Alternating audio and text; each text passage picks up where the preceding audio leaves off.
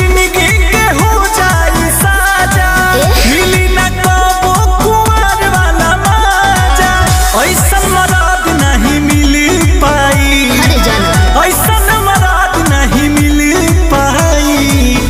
सुन हमके दुल्हन बना लो ना तो दोसर लेके जाई, ई जवानिया के मजा कोनो दोसर उठाई। हमरा पीछे पड़ल बाड़े हमर जीजा जी के भाई, हमके दुल्हन बना लो ना तो दोसर लेके जाई।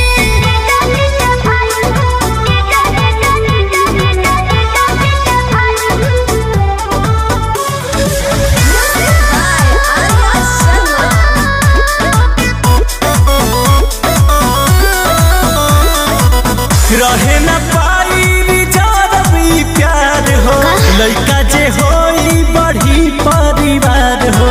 हम का करे